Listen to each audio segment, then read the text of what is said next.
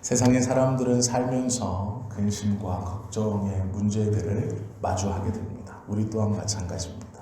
그리고 그 마주하는 문제들을 해결하기 위해서 많은 돈이 있으면 좋을 것이다 라고 생각합니다. 또 대부분의 세상의 문제들은 많은 돈이 있으면 해결이 됩니다. 불편한 잠자리를 해결하기 위해서 좋은 침대를 사거나 좋은 집을 많은 돈으로 구매할 수가 있습니다. 또 어떠한 사회적인 문제를 해결하기 위해서 높은 권력을 갖기를 또 원합니다. 또 대부분의 문제들은 그 권력으로 해결되기도 합니다. 많은 돈과 높은 권세는 모든 사람들이 원하는 것이고 또 세상에 또 많은 문제들은 그것으로 해결되는 것을 우리가 보게 됩니다.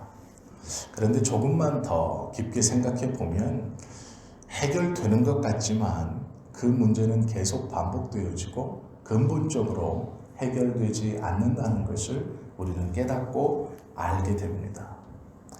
배가 고플 때는 돈을 가지고 음식을 살 수 있습니다.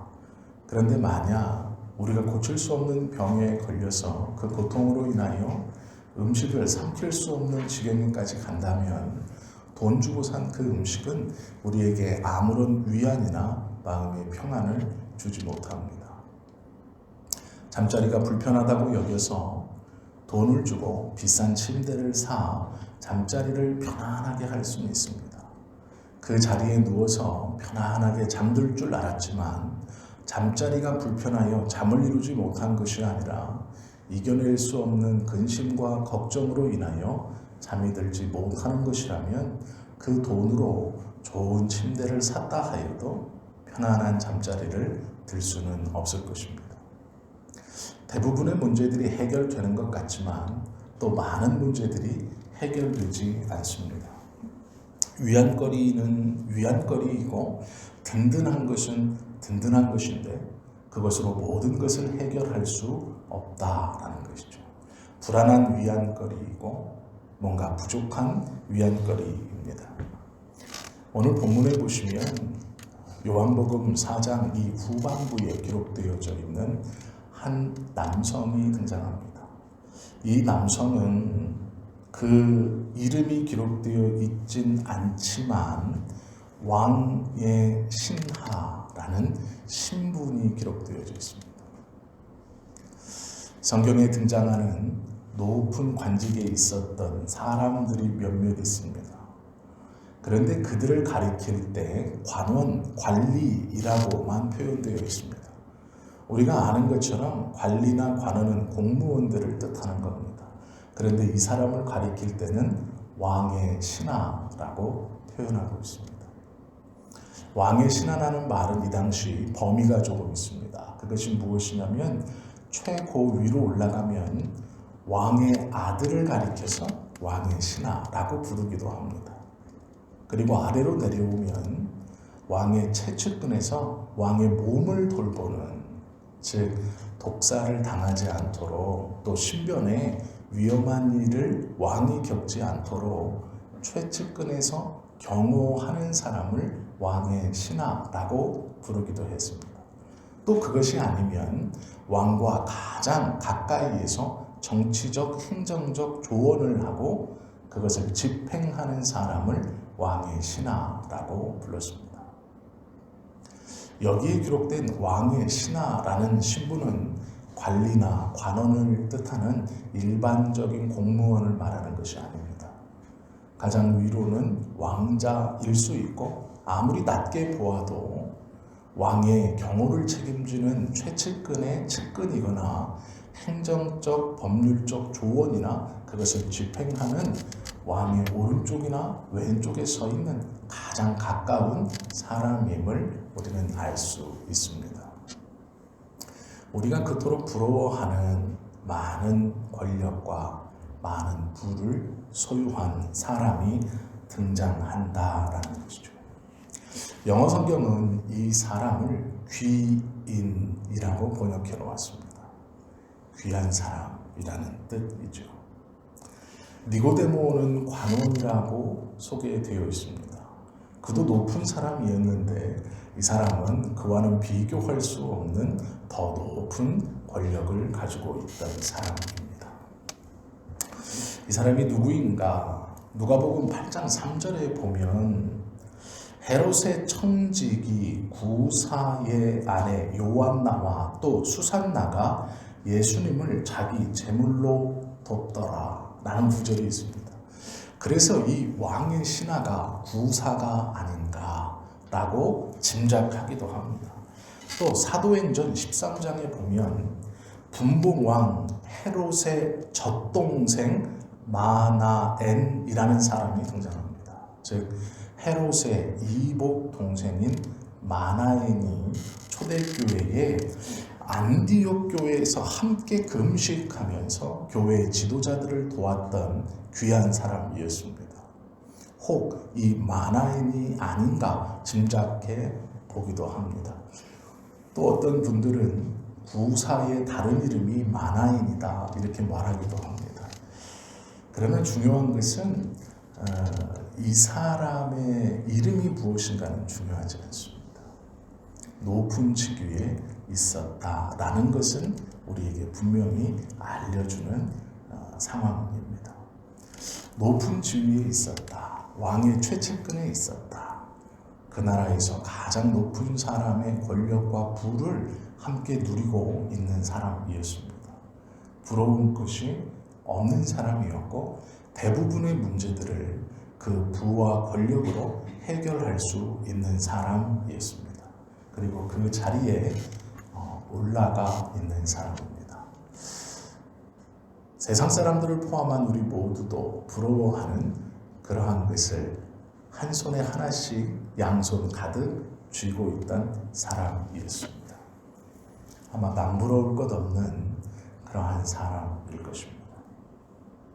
이 사람과 비교하여 우리가 알고 있는 예수님은 가난한 사람들, 장애가 있는 사람들, 비천하고 힘이 없는 사람들에게 복음을 전하셨습니다. 예수님 주변에는 신분이 높은 사람은 손에 꼽을 만큼 몇 되지 않았습니다.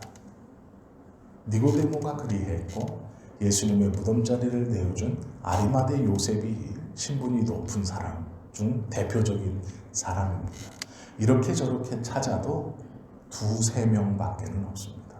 그런데 높게 보면 왕자일 수도 있고 아무리 낮게 잡아도 왕의 최측근에서 여러 권리를 행사하던 그 권력의 정점에 있던 이 사람과는 매우 비교되는 모습입니다. 그런 예수님에게 해결할 수 없는 문제를 가지고 이 사람이 찾아옵니다. 돈으로도 해결되지 않은 문제, 또 자기가 가진 권력으로도 해결되지 않은 문제를 가지고 예수님 앞에 나아왔습니다. 가난한 사람들, 비천한 사람들, 장애가 있는 사람들과 가까이 지내고 그들과 어울려 먹고 마시고 가난한 동네를 돌아다니며 하나님의 나라를 가르쳤던 볼품없는 젊은 랍비에게 이 관원이 찾아왔습니다. 이 귀인이 방문했습니다. 그리고 하는 말이 자신의 아들의 질병을 고쳐달라라는 것입니다. 그 아들의 질병을 고칠 수 있는 약재가 아무리 비싸더라도 이 사람은 그것을 구할 재력이 있는 사람입니다. 그것을 해결할 수 있다고 자신할 수 있는 사람입니다. 그러나 지금 당장 자신의 아들의 병 앞에 그가 가지고 있는 돈이나 그가 가지고 있는 권력은 아무런 도움이 되지 못했습니다. 그는 고통스러웠을 겁니다. 이것을 해결할 수 없다는 것이 그를 어렵고 힘들게 했습니다. 그 고통 가운데 그는 예수 그리스도에게로 다가옵니다. 그리고 그에게 자신의 아들의 병을 고쳐달라 요청합니다. 고통은 좋은 것은 아니지만 고통을 통해서 놀라운 것들을 발견하는 사람들을 우리는 종종 봅니다. 특별히 믿음의 고백을 가만히 들어보면 힘들고 어려운 고통 가운데서 예수님을 다시 만나고 복음을 다시 깨닫고 자신의 삶이 진정으로 변했다고 고백하는 것들을 우리는 종종 듣게 됩니다. 우리가 지금 말할 수 없는 고통 가운데 있다면 오늘 말씀을 통해서 하나님께서 왜 나에게 이길 수 없는 고통, 내가 가진 모든 것으로도 해결할 수 없는 이 어려움과 이 답답함을 주시는가를 한번 고민해 보시면 좋을 것 같습니다. 왕의 신하는 고통을 당하고 있었습니다.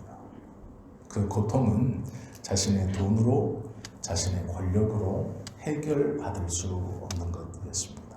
그리고 그는 예수님께 찾아와 그 고통을 내려놓고 부탁합니다. 일본의 시인 가운데 미즈노 겐조라는 사람이 있습니다.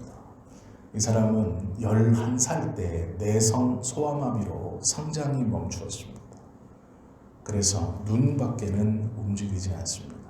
사지가 마비되었고 자신의 눈 밖에는 아무것도 움직일 수 없었습니다. 몰골도 참 초라했습니다. 성장이 멈추었기 때문에 뼈에 가죽만 얹혀놓은 흡사 누가 보면 당장 죽어도 이상할 것이 없는 사람이 11살 때 되었습니다. 몸은 11살 아이의 몸 그대로였고 피부만 세월을 타 쭈글쭈글해져 가는 모습이었습니다. 그가 병원 침대에 가만히 누워서 어느 날부터 시라는 것을 쓰기 시작했습니다. 그것도 자기 손으로 쓴 게 아니고 그의 부모가 그의 눈동자의 움직임에 따라 하나하나 글자를 짜 맞추어 쓴 시입니다. 그 시 중 하나가 이렇습니다. 괴롭지 않았더라면입니다. 물론 이것은 한국말로 번역을 한 것이기에 정확한 번역이 아닐 것입니다. 내가 만일 괴롭지 않았더라면 하나님의 사랑을 받아들이지 않았을 것을, 만일 모든 형제 자매들이 괴롭지 않았더라면 하나님의 사랑이 전해지지 않았을 것을, 만일 우리 주님이 괴롭지 않았더라면 하나님의 사랑은 나타나지 아니했을 것을 이라는 시입니다. 괴롭고 힘든 고통 가운데서 하나님의 사랑과 예수님을 받아들이는 그것을 경험한다라는 것이죠. 오늘 우리는 예배하러 나왔습니다. 하나님은 당신의 백성들에게 알 수 없는 고통과 아픔을 허락하시기도 합니다. 우리는 많은 돈과 큰 권력으로 세상의 문제들, 내가 당하고 있는 고통들이 해결될 수 있을 것이라 생각할지도 모릅니다. 돈이 없어서, 백이 없어서, 누구에게 전화를 할 수 없는 그 인맥이 없어서 이 문제를 해결하지 못하고 있다라고 생각하실지 모릅니다. 그러나 그렇지 않습니다. 오늘 말씀에 보면 왕의 신하는 그 모든 것을 가지고 있음에도 불구하고 해결받지 못했습니다. 그리고 고통 가운데 예수님 앞에 나아옵니다.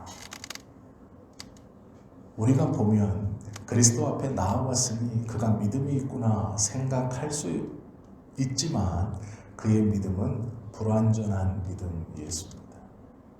그는 예수님을 구세주로 믿고 나온 것이 아니라 병을 고쳐주시는 분으로 생각하고 나아왔습니다.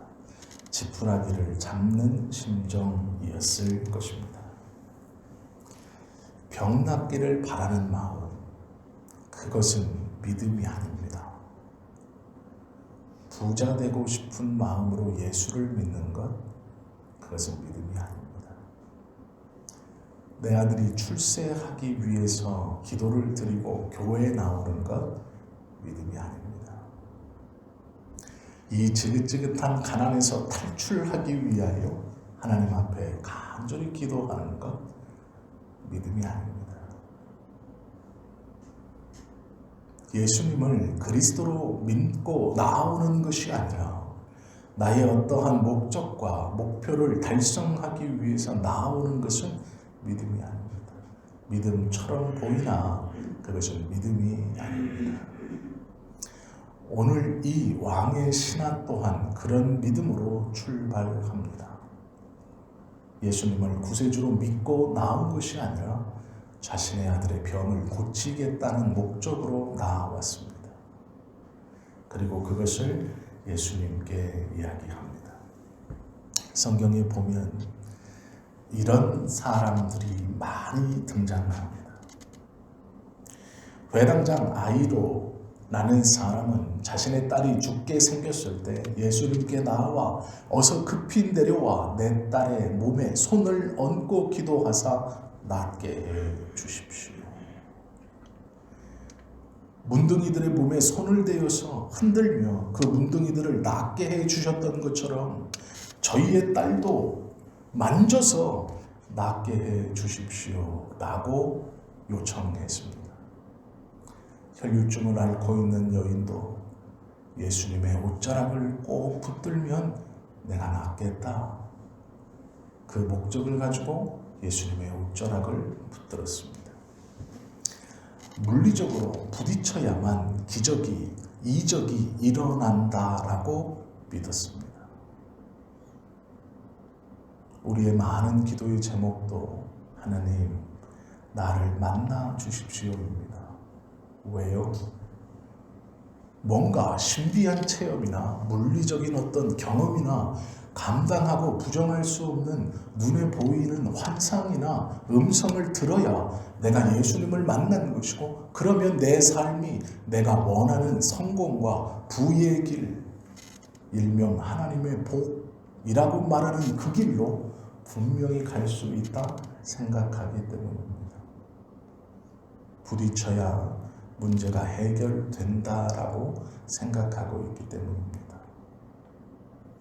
회당장 아이로의 부탁이나 혈류증을 앓은 여인은 그들의 바람처럼 예수님께서 친히 가셔서 옷자락을 만져서 고쳤습니다. 그래서 우리는 그렇게 생각합니다. 역시 만나야, 부딪혀야. 그래서 많은 믿음의 사람들은 하나님 나를 만나 주십시오라고 부르짖고 기도합니다. 그러나 그것은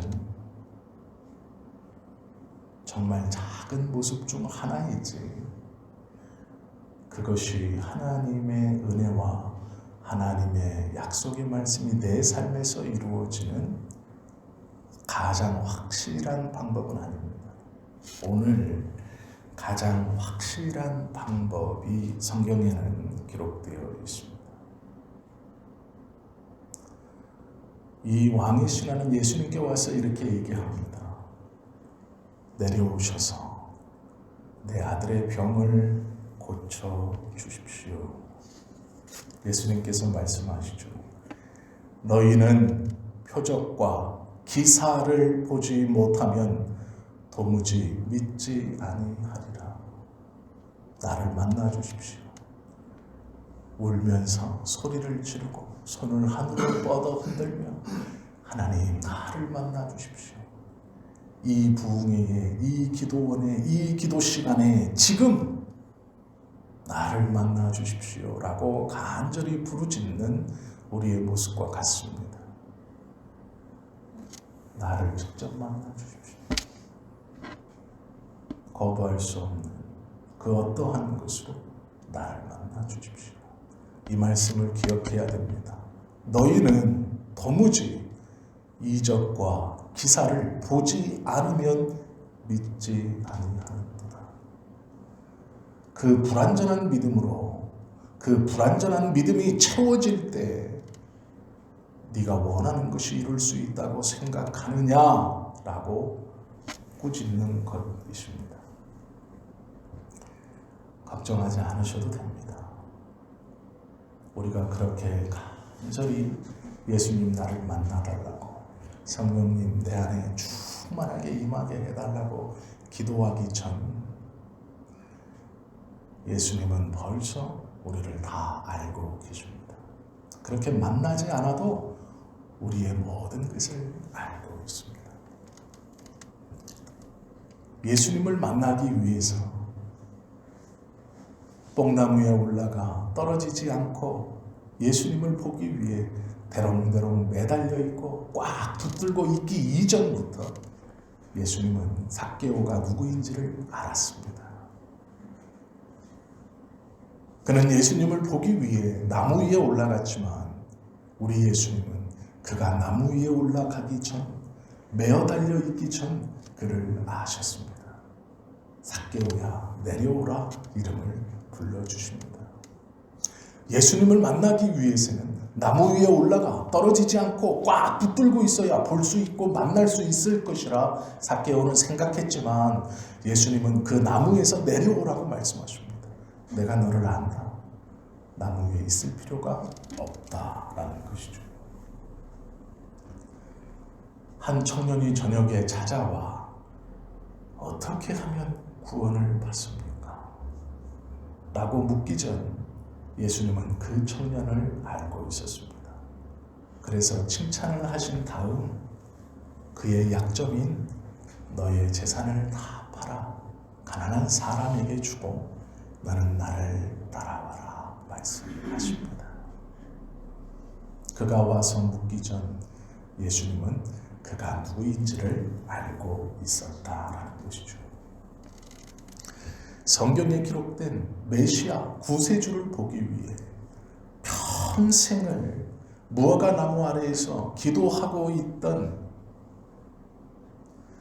예수님이 이 땅에 오심을 말씀에 기록된 그 메시아를 보기 위해 평생 무화과 나무 아래에서 기도하고 있던 나다나엘을 예수님은 알고 이미 네가 이 나무 아래에서 기도하고 있다는 것을 내가 안다라고 말씀해 주시는 분이십니다.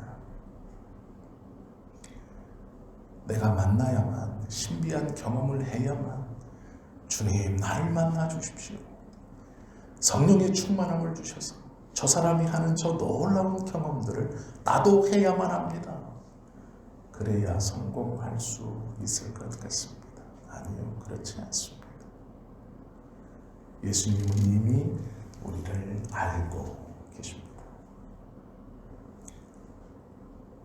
우리가 주님 앞에 나아갈 때 이 꾸중을 들을 수 있죠.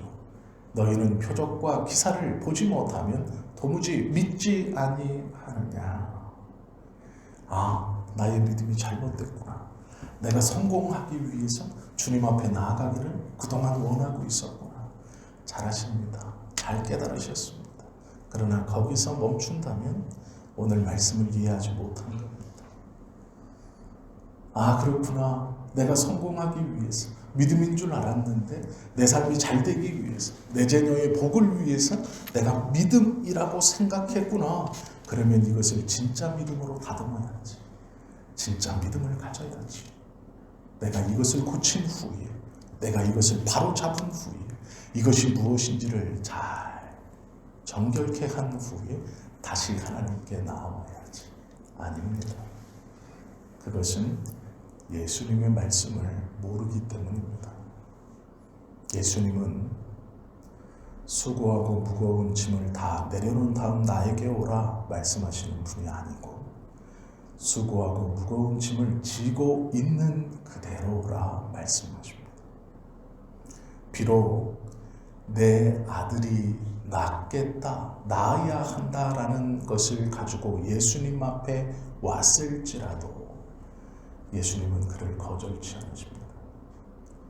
안타까운 마음에 꾸중하신 것이지 내치신 것이 아니다라는 것이죠.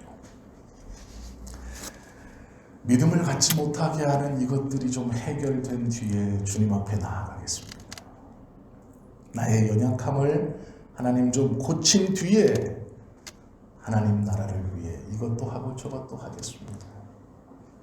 이 허물을 해결한 뒤 하나님의 교회에 나아가겠습니다. 천만의 말씀입니다. 아니요. 그것이 있기 때문에 우리 주님은 우리를 부르시고 있는 것입니다. 주님께서 그에게 말씀해 주십니다. 가라, 내 아들이 살았다. 내가 가서 고쳐주겠다가 아니라 가라, 내 아들이 살았다 선언하십니다. 직접 만나고 예수님이 손을 얹고 기도를 하든 흔들든 신비한 어떠한 행동을 하여야, 즉 직접 몸과 몸이 부딪혀야 병이 나을 것이라고 생각했는데 그 예수님이 가라, 나았다 말씀하십니다. 놀랍게도 이 왕의 신하는 그 말씀이 믿어졌습니다. 이것이 믿음입니다. 처음에는 목적을 가지고 나왔지만 예수님의 말씀을 믿고 돌아가는 것, 이것이 믿음입니다. 예수님은 이 관원에게 그 믿음을 주신 것입니다. 우리 또한 그 믿음을 갖고 있습니다. 우리는 만나야, 신비한 경험을 해야 해결되고 우리의 삶이 바뀔 것이라 생각하지만 그렇지 않습니다. 하나님의 말씀이 기록되어져 있는 성경을 통해 우리에게 동일하게 가라, 너의 문제가 해결되었다. 너의 아들이 살았다. 너의 가정이 회복되었다. 내가 너와 함께 하겠다라는 말씀을 붙들고 간다면 그 믿음을 우리에게 허락해 주신다라는 것이죠. 예수님을 믿는다고 말할 때의 온전한 믿음은 말씀을 믿는 것입니다. 말씀을 믿는다는 것은 인격을 믿기에 믿을 수 있는 것입니다. 하나님의 말씀을 믿는다는 것은 하나님의 인격을 신뢰한다는 뜻과도 같습니다. 하나님의 말씀을 믿지 못한다라는 것은 그분의 인격을 믿지 못한다라는 것과 같습니다. 하나님의 말씀을 믿는다는 것은 그 말 자체를 믿는다는 뜻이 아닙니다. 그 말을 하신 하나님을 믿는다는 것과 같은 것입니다. 그러기에 기록되어진 성경의 말씀을 믿는다는 것은 하나님의 말씀을 믿는 것과 같은 것이라는 것입니다. 우리는 부딪혀야, 신비한 경험을 해야, 이적과 기적을 경험해야 하나님의 역사가 일어난다라고 생각하지만 그렇지 않습니다. 하나님의 말씀, 그것을 믿는 것이 진짜 믿음입니다. 믿음의 본질을 우리에게 보여줬던 것이 예수님의 어머니인 마리아입니다. 그는 가나안 혼인잔치에서 포도주가 떨어지자 종들을 불러놓고 예수님이 무슨 말씀을 하시든 그대로 순종하라 명령합니다. 예수님의 말을 믿었을까요? 아닙니다. 예수님 그 자체를 믿었기 때문에 그 말에 순종하라 한 것입니다. 그리고 우리가 다 아는 것처럼 물을 빈 항아리에 채우고 그 항아리에 채운 물을 연회장에 갖다 주었습니다. 사람들은 그것을 맛보고 칭찬하기를, 다른 혼인잔치는 처음에는 좋은 포도주를 내고 조금 취하고 시간이 지나면 질이 안 좋은 포도주를 내는데 오늘의 이 혼인잔치는 처음에도 좋은 것을 내었고 뒤로 갈수록 더 좋은 것을 내었다라고 칭찬합니다. 모두 알지 못했지만 그 종들은 어떻게 된 일인지 알더라라고 성경은 기록하고 있습니다. 바울이 풍랑을 만났습니다. 사람들은 짐을 버리고 배를 가볍게 하기 위해서 배 안에 있는 모든 것들을 배 밖으로 던져버리려고 했습니다. 그때 바울이 말합니다. 지난밤 하나님께서 저에게 말씀하셨습니다. 바울아, 두려워하지 마라. 너는 반드시 로마에 가서 가이사 황제 앞에 설 것이다 라고 나에게 말씀하셨습니다.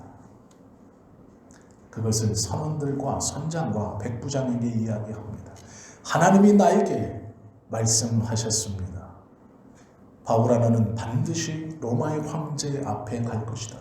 그러니 걱정하지 마십시오. 이 배는 여기서 침몰되지 않습니다. 우리는 여기서 죽지 않습니다. 라는 것입니다. 광풍이 잔잔해져야 죽지 않는 것이 아니고 광풍 속에서도 말씀을 믿는 것입니다. 환경이 바뀌어서 믿는 게 아니고 그 어려움 속에서도 하나님의 말씀을 신뢰하는 것입니다. 저에게 분명히 말씀하셨습니다. 살아갈 것이다. 우리가 고통 중에 있을 때, 어떠한 간절한 바람이 있을 때 우리는 그것을 이루기 위해서 내 안에 성령이 충만하기를, 하나님을 만나기를 기도하지만 이미 그 하나님께서는 우리로 내가 너와 함께 하겠다 말씀해 주셨습니다. 그리고 내 안에 성령이 함께 있다라고 약속해 놓으셨습니다. 믿음은 들음에서 납니다. 우리가 하나님의 말씀을 계속 듣는 것은 우리의 믿음이 연약하거나 부족해서가 아니고 그 믿음을 더 공고히 하기 위해서입니다. 오늘 우리가 이 요한복음 4장 후반절의 말씀을 나눈 것은 우리의 어쩌면 오해되고 있는 신앙의 모습이나 내가 고통 가운데 어떻게 기도해야 하는지를, 어떠한 방법으로 해결을 해야 하는지를 우리에게 가르쳐 주시기 위한 말씀입니다. 고통은 좋은 것은 아닙니다. 그러나 때로는 하나님께서 우리에게 더 좋은 것을 위해서 그것을 허락해 주고 계시는 것입니다. 아브라함에게 말씀하신 하나님께서 어디로 가라 말씀하신 것이 아니고 가라라고만 말씀하셨습니다. 아브라함은 놀랍게도 가라라고 하신 말씀을 믿고 갑니다. 그것을 의로 여겼다 성경은 기록하고 있습니다. 환경이 변해서 믿음이 생긴 것이 아니고 말씀이 선언되어지고 그 말씀을 믿을 때 믿음이라고 부르는 것입니다. 100살에 낳은 아들 이삭을 모리아 산에서 잡아 죽여라 라고 말했을 때 이해할 수 없는 명령입니다. 그건 받아들일 수 없는 것입니다. 그러나 아브라함은 그 아이를 끌고 모리아 산으로 갑니다. 절망이지만, 아픔이지만, 하나님이 나를 더 고통 속으로 밀어 넣는 모양이지만 그 속에서도 말씀을 붙듭니다. 명령하시니가 하나님이시니 나는 이해할 수 없고 감당할 수 없고 책임질 수 없지만 순종하겠습니다. 그것이 믿음입니다. 믿음의 선진들이 우리에게 믿음이 무엇인가 보여주신 일입니다. 왕의 신하가 놀라운 반응을 보입니다. 오늘 성경에서는 드러나 있지 않지만 이 말씀을 하신 곳이 갈릴리입니다. 그리고 그 신하의 아들이 있는 곳이 어디입니까? 가버나움입니다. 갈릴리와 가버나움은 우리의 거리 계산으로 100리입니다. 즉 왕의 신하는 마차나 말을 타고 왔을 것입니다. 자신의 아들이 병에 걸려 죽게 생겼는데 마차나 말을 동원할 수 있는 사람이 걸어왔겠습니까? 아니에요. 최대한 빨리 예수님이 있는 곳으로 오는 방법을 선택했을 것입니다. 그는 마차를 탔거나 말을 타고 급하게 예수님께 왔을 것입니다. 하루 저녁이면 도달할 수 있는 거리입니다. 백리가 가까운 것은 아니지만 말이나 마차를 탄다면 하루 저녁이면 주파가 가능합니다. 도착할 수 있습니다. 그런데 놀랍게도 그는 예수님의 말씀을 듣고 바로 내려가지 않고 천천히 내려가 하루를 유숙합니다. 다음 날이 되자 이 주인을 찾아 하인들이 급하게 올라오다 중간에 만납니다. 약 100리가 안 되는 길을 하루 저녁을 자며 갑니다. 하인들이 와서 당신의 아들의 열이 떨어졌습니다. 라고 말합니다. 그때가 언제냐? 어제 7시입니다. 하루 저녁이면 들어가는 길을 하루를 유숙하고 출발합니다. 느긋하게. 그리고 묻습니다. 나은 시간이 언제냐? 7시입니다. 어제 7시입니다. 아, 예수님께서 말씀하신 그 시간이구나. 그리고 돌아가 그와 그 온 집이 예수 그리스도를 믿습니다. 이것이 믿음입니다.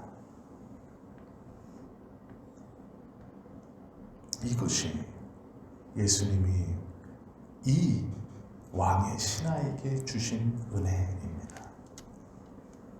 그는 급하게 왔고 목적을 가지고 왔고 불완전한 믿음을 가지고 주님 앞에 왔지만 주님은 그에게 말씀으로 확신을 주시고 그 말씀이 선언되어질 때에 그 말씀과 함께 그에게는 온전한 믿음이 들어갑니다. 그리고 그 말씀을 신뢰합니다. 헐레벌떡 달려왔던 그 길을 이제 그렇게 돌아가지 않고 하루 저녁을 유숙합니다. 이것이 믿음입니다.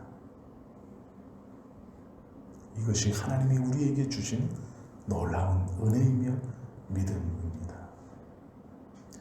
문제 앞에서 죽을 것 같은 것이 아니라 문제 앞에서도 평안한 것입니다. 하나님의 말씀을 들었다면 하나님께서 우리에게 그 은혜를 베풀어 주실 것을 신뢰한다면 하루 저녁 편안하게 잠을 잘 수 있는 것입니다.